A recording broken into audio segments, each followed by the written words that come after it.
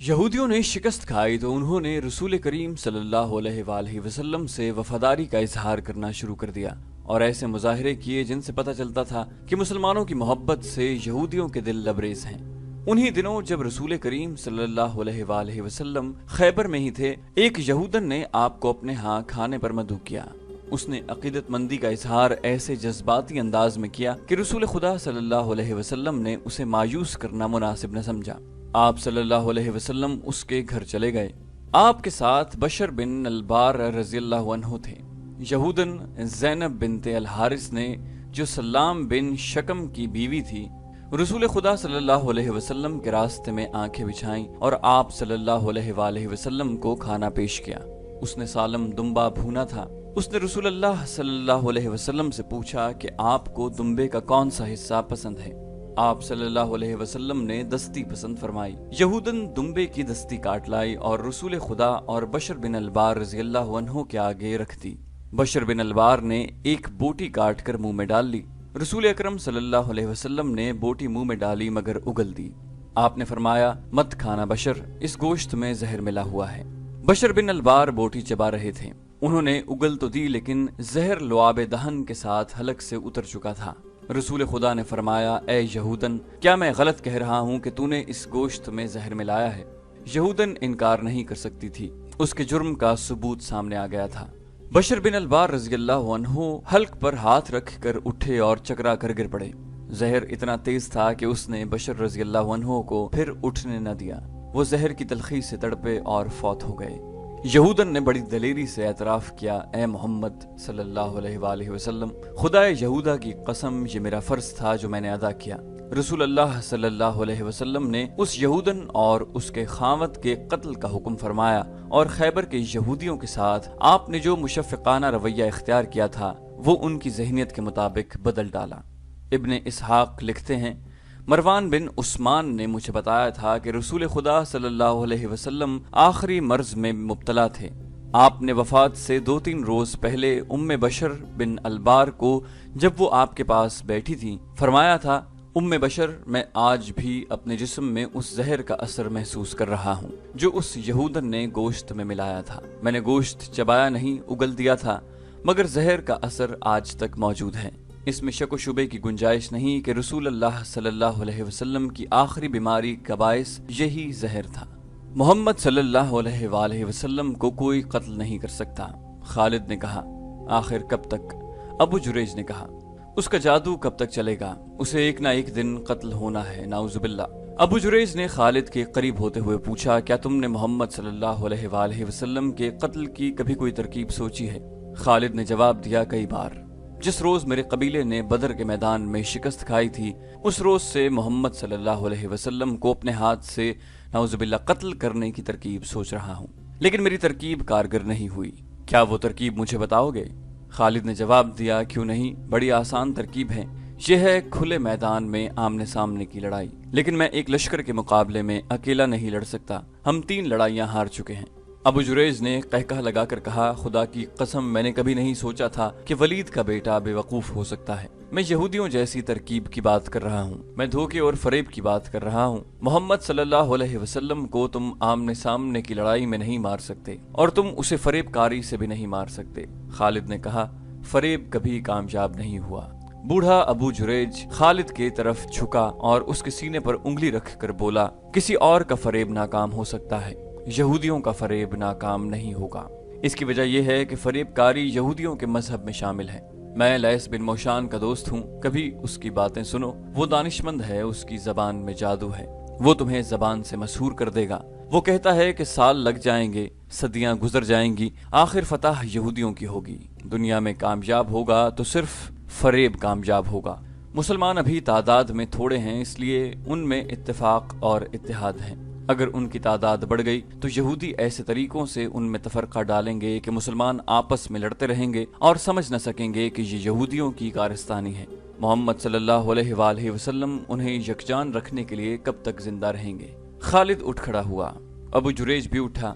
खालिद ने दोनों हाथ आगे किए। अबू जुरैज ने उसके हाथ अपने हाथों में ले लिए। मुसाफा करके खालिद अपने घोड़े पर सवार हो गया। अबू जुरैज ने पूछा, तुमने ये तो नहीं बताया कि कहाँ जा रहे हो? मदीने। मदीने? अबू जुरेज ने हैरत से पूछा, वहां क्या करने जा रहे हो? अपने दुश्मन के पास। मैं मोहम्मद सल्लल्लाहु अलैहि वसल्लम का जादू देखने जा रहा हूँ, खालिद ने कहा और घोड़े को एड़ लगा दी। उसने कुछ दूर जाकर पीछे देखा। अबू जुरेज का काफिला नजर न आया। खालिद नशेबी जगह से निकलकर दूर चला गया था। उसने घोड़े की रफ्तार कम कर दी। उसे ऐसा लगा जैसे आवाजें उसका ताक़ुब कर रही हों। मोहम्मद सल्लल्लाहु अलैहि वसल्लम जादूगर, मोहम्मद के जादू में ताकत है। नहीं नहीं, उसने सर झटक कर अपने आप से कहा। लोग जिस चीज को समझ नहीं सकते उसे जादू कह देते हैं, और जिस आदमी का सामना नहीं कर सकते उसे जादूगर समझने लगते हैं। फिर भी कुछ न कुछ जरूर राज है। मोहम्मद सल्लल्लाहु अलैहि वसल्लम में कोई बात जरूर है। ज़हन इसे चंद दिन पीछे ले गया। अबू सुफियान ने उसे अक्रिमा और सफवान को बुलाकर बताया था कि मुसलमान मक्का पर हमला करने आ रहे हैं। अबू सुफियान को ये इत्तला 2 शुतर सवारों ने दी थी जिन्होंने मुसलमानों के लश्कर को मक्का आते देखा था। खालिद अपनी पसंद के 3 घुड़सवारों को साथ लेकर मुसलमानों के रास्ते में घात लगाकर रोकने के लिए चल पड़ा था। वो अपने उस जांबाज दस्ते को सरपट दौड़ाता ले जा रहा था। उसके सामने 30 मील की मुसाफत थी। उसे बताया गया था कि मुसलमान अभी किराल गैमम से अभी दूर हैं। खालिद इस कोशिश में था कि मुसलमानों से पहले किराल गैमम पहुंच जाए। मक्का से 30 मील दूर एक पहाड़ी सिलसिला था जो घात के लिए मौजू था। अगर मुसलमान पहले वहां पहुंच जाते तो खालिद के लिए जंगी हालात दुश्वार हो जाते। उसने रास्ते में सिर्फ 2 जगह दस्ते को रोका और घोड़ों को सस्ताने का मौका दिया। उसने 2 जगहों पर अपने घुड़सवारों को अपने सामने ला खड़ा किया और कहा, ये हमारे लिए कड़ी आजमाइश है। अपने कबीले की अजमत के मुहाफिज सिर्फ हम हैं। आज हमें उज़ा और हुबुल की लाज रखनी है। हमें अपनी शिकस्त का इंतकाम लेना है। अगर हम मुसलमानों को किराल गैमम के अंदर ही रोक कर उन्हें तबाह न कर सके तो मक्का पर मुसलमानों का कब्जा होगा। हमारी बहनें और बेटियां उनकी लौंडियां होंगी और हमारे बच्चे उनके गुलाम होंगे। उज़ा और हुबुल के नाम पर हल्फ उठाओ कि हम कुरैश और मक्का की आन और वकार पर जाने कुर्बान कर देंगे। 300 घुड़सवारों ने नारे लगाए, हम उज़ा और हुबुल के नाम पर मर मिटेंगे। एक भी मुसलमान जिंदा नहीं जाएगा। किराल गैमम की वादी में मुसलमानों का खून बहेगा। मोहम्मद सल्लल्लाहु अलैहि वसल्लम को जिंदा मक्का ले जाएंगे। मुसलमानों की खोपड़ियां मक्का ले जाएंगे, काट देंगे, तबाह करके रख देंगे। खालिद का सीना फैल गया था और सर ऊंचा हो गया था। उसने घात के लिए बड़ी अच्छी जगह का इंतखाब किया था। उसने निहायत कारगर जंगी चालें सोच ली थीं। वो अपने साथ सिर्फ सवार दस्ता इसलिए लाया था कि वो मुसलमानों को बखेर कर और घोड़े दौड़ा दौड़ा कर लड़ना चाहता था। मुसलमानों की ज्यादा तादाद प्यादा थी। खालिद को यकीन था कि वो 300 सवारों से 1400 मुसलमानों को घोड़ों तले रौंद डालेगा। उसे अपनी जंगी फहम फरासत पर इस कदर भरोसा था कि उसने तीरंदाज दस्ते को अपने साथ लाने की जरूरत ही नहीं समझी थी। हालांकि पहाड़ी इलाके में तीरंदाजों को बुलंदी पर बिठा दिया जाता तो वो नीचे से गुजरते हुए मुसलमानों को चुन चुन कर मारते। आगे जाकर खालिद ने दस्ते को जरा सी देर के लिए रोका तो एक बार फिर उसने अपने सवारों के जज्बे को भड़काया। उसे उन सवारों की शजात पर पूरा एतमाद था। मुसलमान अभी दूर थे। खालिद ने शुतरबानों के बहरूप में अपने 3-4 आदमी आगे भेज दिए जो मुसलमानों की रफ्तार की और दीगर कवायफ की इत्तलाएं दे रहे थे। वो बारी बारी पीछे आते और बताते थे कि मुसलमान किराल गैमम से कितनी दूर रह गए हैं। खालिद इन इत्तलाओं के मुताबिक अपने दस्ते की रफ्तार बढ़ाता जा रहा था। मुसलमान रसूल करीम सल्लल्लाहु अलैहि वसल्लम की क़यादत में मामूली रफ्तार से उस फंदे की तरफ चले आ रहे थे जो उनके लिए खालिद किराल गैमम में बिछाने जा रहा था। खालिद इस इत्तला को नहीं समझ सका था कि मुसलमान अपने साथ बहुत से दुम्बे और बकरे ला रहे हैं। उसे इस सवाल का जवाब नहीं मिल रहा था कि वो मक्का पर हमले करने आ रहे हैं तो दुम्बे और बकरे क्यों साथ ला रहे हैं। उन्हें डर होगा कि महासरा तूल पकड़ गया तो खुराक कम हो जाएगी। खालिद के एक साथी ने ख्याल जाहिर किया, इस सूरत में वो इन जानवरों का गोश्त खाएंगे। इसके सिवा इन जानवरों का और क्या इस्तेमाल हो सकता है। बेचारों को मालूम ही नहीं कि मक्का तक वो पहुंच ही नहीं सकेंगे। खालिद ने कहा, उनके दुम्बे और बकरे हम खाएंगे। मुसलमान अभी किराल गैमम से 15 मील दूर अस्फान के मकाम पर थे कि खालिद उस सिलसिला कोह में दाखिल हो गया। उसने अपने दस्ते को पहाड़ियों के दामन में एक दूसरे से दूर दूर रुकने को कहा और खुद घात की मौजू जगह देखने के लिए आगे चला गया। वो दर्रे तक गया। यही रास्ता था जहां से काफले और दस्ते गुजरा करते थे। वो यहाँ से पहले भी गुजरा था, लेकिन उसने उस दर्रे को इस निगाह से कभी नहीं देखा था जिस निगाह से आज देख रहा था। उसने इस दर्रे को दाएं बाएं वाली बुलंदियों पर जाकर देखा, नीचे आया, चट्टानों के पीछे गया और घोड़ों को छुपाने की ऐसी जगहों को देखा जहां से वो इशारा मिलते ही फौरन निकल आए और मुसलमानों पर बड़ी बेखबरी में टूट पड़े। वो मार्च 628 के आखिरी दिन थे। मौसम अभी सर्द था, मगर खालिद का और उसके घोड़े का पसीना बह रहा था। उसने घात का इलाका मुंतखब कर लिया और अपने दस्ते को कई हिस्सों में तकसीम करके घोड़ों को दर्रे के इलाके में छुपा दिया। अब उसने अपने उन आदमियों को जो मुसलमानों की पेशकदमी की इत्तलाएं लाते थे अपने पास रोक लिया, क्योंकि खदशा था कि मुसलमान उनकी असलियत मालूम कर लेंगे। मुसलमान करीब आ गए थे। रात को उन्होंने पड़ाव किया था। अगली सुबह जब नमाज फजर के बाद मुसलमान कूच की तैयारी कर रहे थे, एक आदमी रसूलुल्लाह सल्लल्लाहु अलैहि वसल्लम के पास आया। तुम्हारी हालत बता रही है कि तुम दौड़ते हुए आए हो। रसूलुल्लाह सल्लल्लाहु अलैहि वसल्लम ने कहा, और तुम कोई अच्छी खबर नहीं लाए। या रसूलुल्लाह सल्लल्लाहु अलैहि वसल्लम, मदीना के उस मुसलमान ने कहा, खबर अच्छी नहीं और इतनी बुरी भी नहीं। मक्का वालों की नीयत ठीक नहीं। मैंने कल से किरायल गैमम की पहाड़ियों में घूम फिर कर देख रहा हूँ। खुदा की कसम मुझे वो नहीं दिख सके जिन्हें मैं देख आया हूँ। मैंने उनकी तमाम नक्लो हरकत देखी है। कौन है वो? अहले कुरैश के सिवा और कौन हो सकता है? उसने जवाब दिया, वो सब घुड़सवार हैं और दर्रे के इर्द गिर्द की चट्टानों में छुप गए हैं। तादाद 3 और 400 के दरमियान है। रसूल करीम सल्लल्लाहु अलैहि वसल्लम के उस जासूस ने कहा, मैंने अगर सही पहचाना है तो वो खालिद बिन वलीद है, जिसकी भाग दौड़ को मैं सारा दिन छुप छुप के देखता रहा हूँ। मैं इतनी करीब चला गया था कि वो मुझे देखते तो कत्ल कर देते। खालिद ने अपने सवारों को दर्रे के इर्द गिर्द फैलाकर छुपा दिया है। क्या ये गलत होगा कि वो घात में बैठ गए हैं? मक्का वालों को हमारे आने की इत्तला मिली तो वो समझे होंगे कि हम मक्का का मुहासरा करने आए हैं। सहाबा कराम में से किसी ने कहा, खुदा की कसम जिसके हाथ में हम सब की जान है। रसूल अकरम सल्लल्लाहु अलैहि वसल्लम ने फरमाया, अहले कुरैश मुझे लड़ाई के लिए ललकारेंगे तो मैं भी नहीं लड़ूंगा। हम जिस इरादे से आए हैं उस इरादे को बदलेंगे नहीं। हमारी नीयत मक्का में जाकर उम्रा करने की है और हम ये दुम्बे और बकरे कुर्बानी के लिए साथ लाए हैं। मैं अपनी नीयत में तब्दीली करके खुदाए जुल जलाल को नाराज नहीं करूंगा।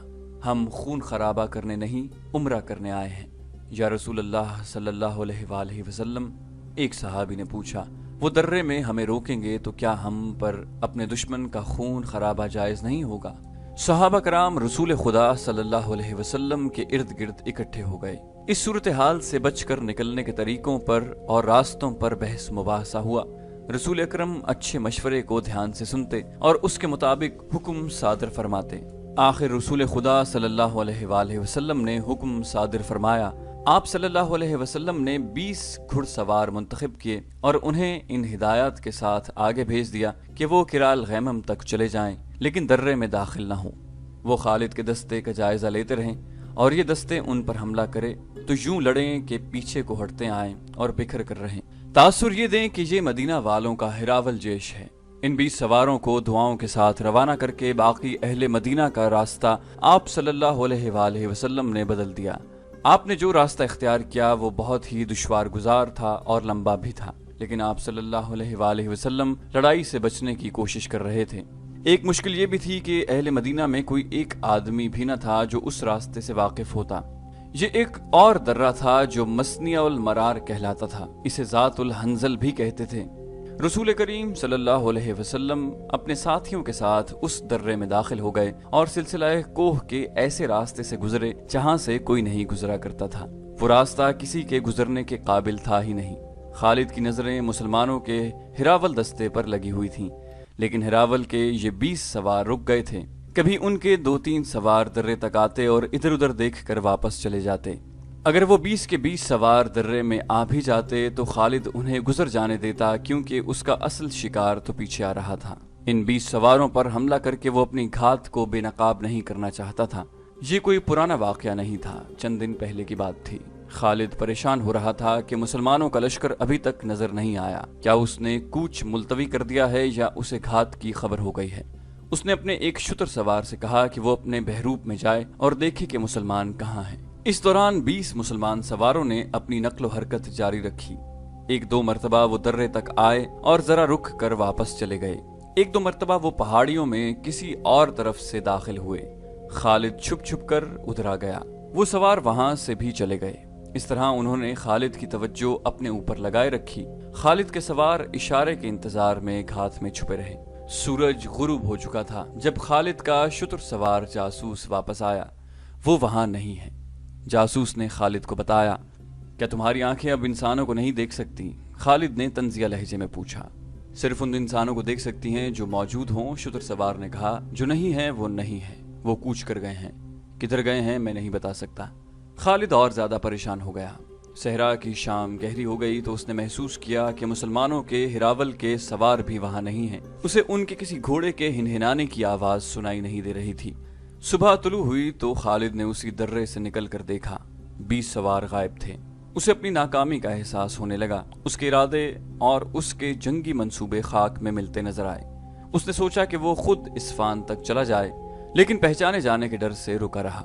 उसने 2-3 आदमी ऊंची पहाड़ियों पर भेज दिए कि वो हर तरफ नजरें रखें। दिन आधा गुजर गया था, उसे कोई इत्तला न मिली। मुसलमानों के हिरावल के 20 सवार भी नजर न आए। उसे तवक्को थी कि वो आएंगे। दोपहर के लगभग उसका एक सवार घोड़ा सरपट दौड़ाता उसके पास आ रुका। मेरे साथ चलो, सवार ने तेज तेज बोलते हुए कहा। जो मैंने देखा है वो तुम भी देख लो। क्या देखा है तुमने? गर्द, सवार ने कहा। खुदा की कसम वो गर्द किसी काफले की नहीं हो सकती। क्या ऐसा नहीं हो सकता कि वो मुसलमानों का लश्कर हो? खालिद ने घोड़े को ईड़ लगाई और मक्का की समत पहाड़ी इलाके से निकल गया। उसे जमीन से गर्द के बादल उठते दिखाई दिए। खुदा की कसम, खालिद ने कहा, कबीला कुरैश में कोई ऐसा नहीं जो मोहम्मद सल्लल्लाहु अलैहि वसल्लम जैसा दानिशमंद हो। वो मेरी खाद से निकल गया है। मुसलमान रसूलुल्लाह सल्लल्लाहु अलैहि वसल्लम की क़यादत में किराल गैमम की दूसरी तरफ से मक्का की तरफ निकल गए थे। रात को उनके 20 सवार भी दूर के रास्ते से उनके पीछे गए और उनसे जा मिले। खालिद ने घोड़ा मोड़ा और ईड़ लगाई और किराल गैमम के अंदर चिल्लाता और घोड़े को सरपट दौड़ाता फिर रहा था, बाहर आ जाओ, मदीना वाले मक्के को चले गए हैं। तमाम सवार सामने आओ। थोड़ी सी देर में उसके 300 घुड़सवार उसके पास आ गए। वो हमें धोखा दे गए हैं। खालिद ने अपने सवारों से कहा, तुम नहीं मानोगे, वो गुजर गए हैं। गुजरने का कोई दूसरा रास्ता नहीं है। हमें अब जिंदगी और मौत की दौड़ लगानी पड़ेगी। सुस्त हो जाओगे तो वो मक्का का मुहासरा कर लेंगे, वो बाजी जीत जाएंगे। आज मदीना के रास्ते पर जब मदीना करीब रह गया था, खालिद को याद आ रहा था कि उसे मक्का पर मुसलमानों के कब्जे का डर तो था, लेकिन वो रसूल करीम सल्लल्लाहु अलैहि वसल्लम की इस चाल पर अश अश कर उठा था। वो खुद फन्ने हर्ब ज़र्ब और अस्करी चालों का माहिर और दिलदादा था। वो समझ गया कि रसूलुल्लाह सल्लल्लाहु अलैहि वसल्लम ने अपने हिरावल के 20 सवार धोखा देने के लिए भेजे थे। सवारों ने उसे कामयाबी से धोखा दिया, उसकी तवज्जो को गिरफ्तार किए रखा और मुसलमान दूसरी तरफ से निकल गए। ये जादू नहीं, खालिद ने अपने आप से कहा। अगर अपने कबीले की सरदारी मुझे मिल जाए तो जादू के ये करतब मैं भी दिखा सकता हूँ। ये सही था कि उसके बाप ने उसे ऐसी अस्करी तालीम और तरबियत दी थी कि वो मैदान जंग का जादूगर कहला सकता था, मगर उसके ऊपर एक सरदार था, अबू सुफियान। वो कबीले का सालार आला था। उसके मातहत खालिद अपनी कोई चाल नहीं चल सकता था। अपनी इस मजबूरी ने उसके दिल में अबू सुफियान की नफरत पैदा कर दी थी। उसे चंद दिन पहले का ये वाकया याद आ रहा था। 1400 मुसलमान उसकी घात को धोखा देकर मक्का की तरफ निकल गए हैं। उसने ये सोचा ही नहीं था कि 300 सवारों से मुसलमानों पर अकब से हमला कर दे। उसे एहसास था कि जो मुसलमान कलील तादाद में कसीर तादाद के दुश्मन को शिकस्त दे सकते हैं, उन्हें 300 सवारों से शिकस्त नहीं दी जा सकती, क्योंकि वो कसीरुल तादाद हैं। उसे मक्का हाथ से जाता नजर आने लगा और उसे ये खिफ़त भी महसूस होने लगी थी कि उसकी घात की नाकामी पर अबू सुफियान उसे ताना देगा और हंसी उड़ाएगा। फिर उसे कुरैश की शिकस्त और मक्का के सुकूत का मुजरिम कहा जाएगा। उसने अपने सवारों को एक रास्ता समझा कर कहा कि मुसलमानों से पहले मक्का पहुंचना है। ये दूर का रास्ता था, लेकिन वो मुसलमानों की नजरों से बचने की कोशिश कर रहा था। उसके 300 सवारों ने घोड़ों को ईड़े लगा दी। रास्ता लंबा होने की वजह से 3 मील का फासला 1.5 गुना हो गया था, जिसे खालिद रफ्तार से कम करने के जतन कर रहा था। अरबी नस्ल के आला घोड़े शाम से बहुत पहले मक्का पहुंच गए। वहां मुसलमानों की अभी हवा भी नहीं पहुंची थी। मक्का के लोग घोड़ों के शोरगुल पर घरों से निकल आए। अबू सुफियान भी बाहर आ गया। क्या तुम्हारी घात कामयाब रही? अबू सुफियान ने पूछा। वो घात में आए ही नहीं। खालिद ने घोड़े से कूद कर उतरते हुए कहा, क्या तुम मक्का के इर्द गिर्द ऐसी खंदक खुदवा सकते हो जैसी मोहम्मद सल्लल्लाहु अलैहि वसल्लम ने मदीना के इर्द गिर्द खुदवाई थी? वो कहाँ हैं? अबू सुफियान ने घबराई हुई आवाज में पूछा। क्या यह बेहतर नहीं होगा कि मुझे उनकी कुछ खबर दो?